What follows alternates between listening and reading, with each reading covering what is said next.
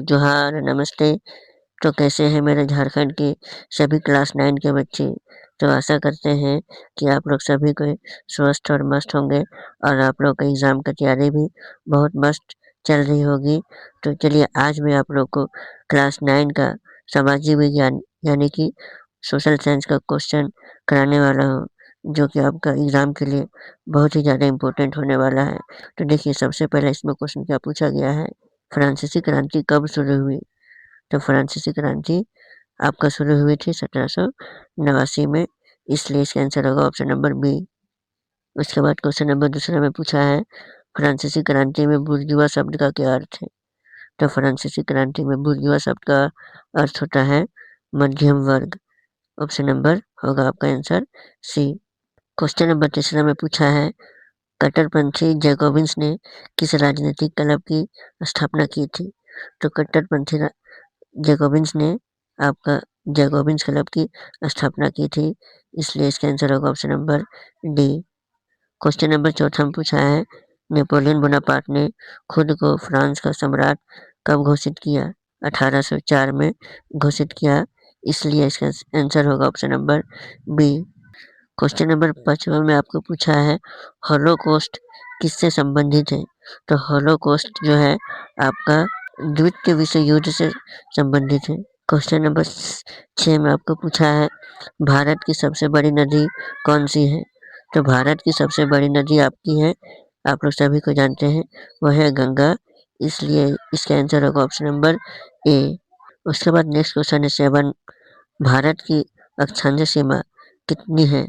तो आपको बताना है भारत की अक्षांश सीमा है आपका 8 डिग्री 4 मिनट नॉर्थ से 37 डिग्री 6 मिनट नॉर्थ तक, इसलिए इसका आंसर होगा ऑप्शन नंबर ए।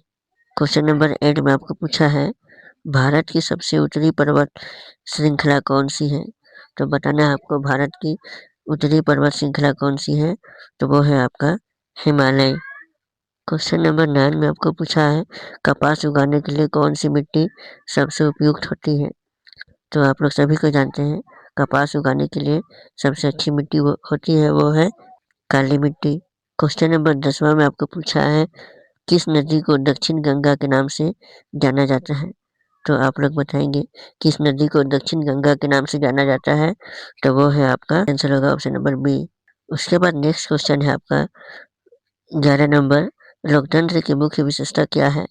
तो आप लोग सभी को जानते हैं, लोकतंत्र की मुख्य विशेषता होती है लोगों द्वारा क्या करना? शासन करना। उसके बाद नेक्स्ट क्वेश्चन की ओर चलते हैं। क्वेश्चन नंबर 12 में आपको पूछा है, ऐसे प्रणाली के लिए क्या शब्द इस्तेमाल किया जाता है जहां लोग अपने प्रतिनिधियों का चुनाव करते हैं? तो चलिए इसका आंसर होगा आपका ऑप्शन नंबर बी, लोकतंत्र। क्वेश्चन नंबर 13 में आपको पूछा है, कौन सा देश प्रत्यक्ष लोकतंत्र का उदाहरण है? तो इसमें आपको 4 ऑप्शन दिया है, आपको बताना है कि कौन सा देश में प्रत्यक्ष लोकतंत्र होती है। Option number A, USA. USA में आपका प्रत्यक्ष लोकतंत्र होती है। क्वेश्चन नंबर 14 में आपको पूछा है, भारतीय संविधान कब अपनाया गया था? तो आप लोग जानते हैं भारतीय संविधान कब अपनाया गया था? 26 नवंबर 1949 को अपनाया गया था। उसके बाद क्वेश्चन नंबर 15 में आपको पूछा है, भारतीय संविधान के निर्माता भारतीय संविधान के निर्माता किसे माना जाता है? बी आर अम्बेडकर को। क्वेश्चन नंबर 16 में आपको पूछा है, ग्रामीण भारत में मुख्य व्यवसाय क्या है? तो क्या है आप लोग सभी को जानते हैं, वो है आपका कृषि। उसके बाद नेक्स्ट क्वेश्चन 17 में आपको पूछा है, वस्तुओं और सेवाओं के उत्पादन पर खर्च किए गए धन को क्या कहते हैं? पूंजी कहते हैं। क्वेश्चन नंबर 18 में आपको पूछा है, किस क्षेत्र को प्राथमिक क्षेत्र के रूप में माना जाता है? बी, कृषि को प्राथमिक क्षेत्र के रूप में माना जाता है। क्वेश्चन नंबर 19 में पूछा है, जनगणना 2011 के अनुसार भारत की साक्षरता दर क्या है? तो वह होगा आपका option number A, 74.04%। Question number 20 में पूछा है आपको, भारत में बेरोजगारी पर डेटा कौन सा संगठन एकत्र करता है? तो वो है आपका NSSO। क्वेश्चन नंबर 21 में पूछा है, कर्क रेखा कितने भारतीय राज्यों से होकर गुजरती है? 8 राज्यों से होकर गुजरती है। क्वेश्चन नंबर 22 में पूछा है, हरित क्रांति का मुख्य उद्देश्य क्या था? डी.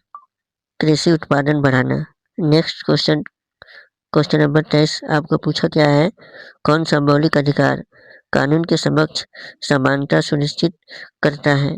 तो वह है आपका समानता का अधिकार, option number B. Question number 24 में आपको पूछा है, उन संसाधनों के लिए क्या शब्द है जिनकी पुनः पूर्ति की जा सकती है? नवीकरण संसाधन, option number B.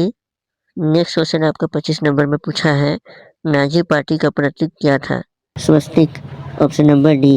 Next question पूछा है आपको क्वेश्चन नंबर 26 में, भारत के अधिकार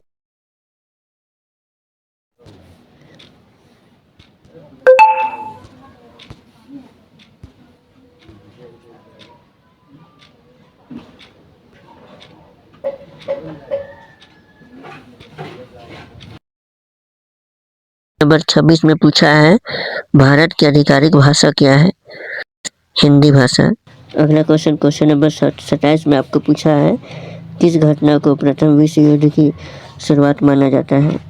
आर्कड्यूक फ्रांज फर्डिनेंड की हत्या। क्वेश्चन नंबर 28 में पूछा है, मिट्टी की कौन सी परत सबसे उपजाऊ है? तो मिट्टी की सबसे ऊपरी परत। उसके बाद क्वेश्चन नंबर 29 में पूछा है, भारत में कानूनों के कार्यान्वयन के लिए कौन जिम्मेदार है?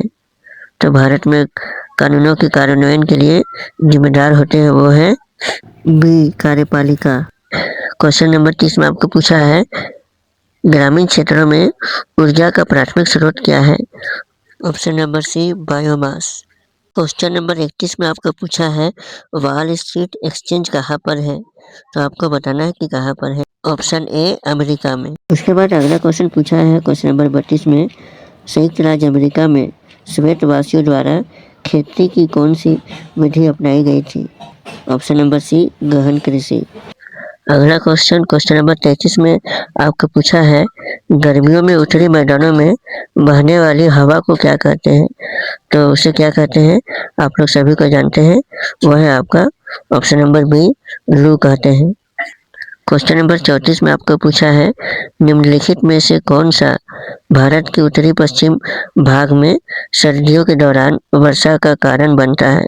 तो वह है आपका पश्चिमी विक्षोभ, ऑप्शन नंबर सी। अगला क्वेश्चन 35 में आपको पूछा है, प्रवास में कौन से क्षेत्र में जनसंख्या की संख्या, वितरण और संरचना में परिवर्तन होता है? तो वो है आपका ऑप्शन नंबर सी, प्रस्थान और आगमन दोनों का क्षेत्र। उसके बाद नेक्स्ट क्वेश्चन 36 की ओर चलते हैं। आपको पूछा क्या है, गरीबी रेखा क्या है? ऑप्शन नंबर सी, बुनियादी जरूरतों को पूरा करने के लिए जरूरी आय का न्यूनतम स्तर।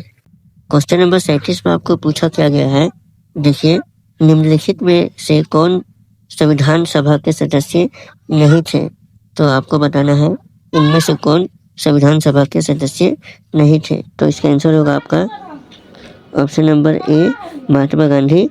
अगला क्वेश्चन 38 में पूछा है, दक्षिण अफ्रीका में रंगभेद का मतलब था, क्या था? दक्षिण अफ्रीका में रंगभेद का जो मतलब था वो क्या था? तो वो था बी, धर्म था।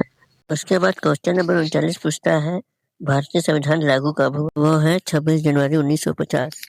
उसके बाद इस मॉडल पेपर का लास्ट क्वेश्चन जो है आपका 40 में आपको पूछा गया है, भारतीय राष्ट्रीय कांग्रेस का 1931 का अधिवेशन कहाँ आयोजित किया गया था? तो आप लोग सभी को जानते हैं कहाँ आयोजित किया गया था, तो वो है आपका कराची में किया गया था, इसलिए इसका आंसर होगा ऑप्शन नंबर डी।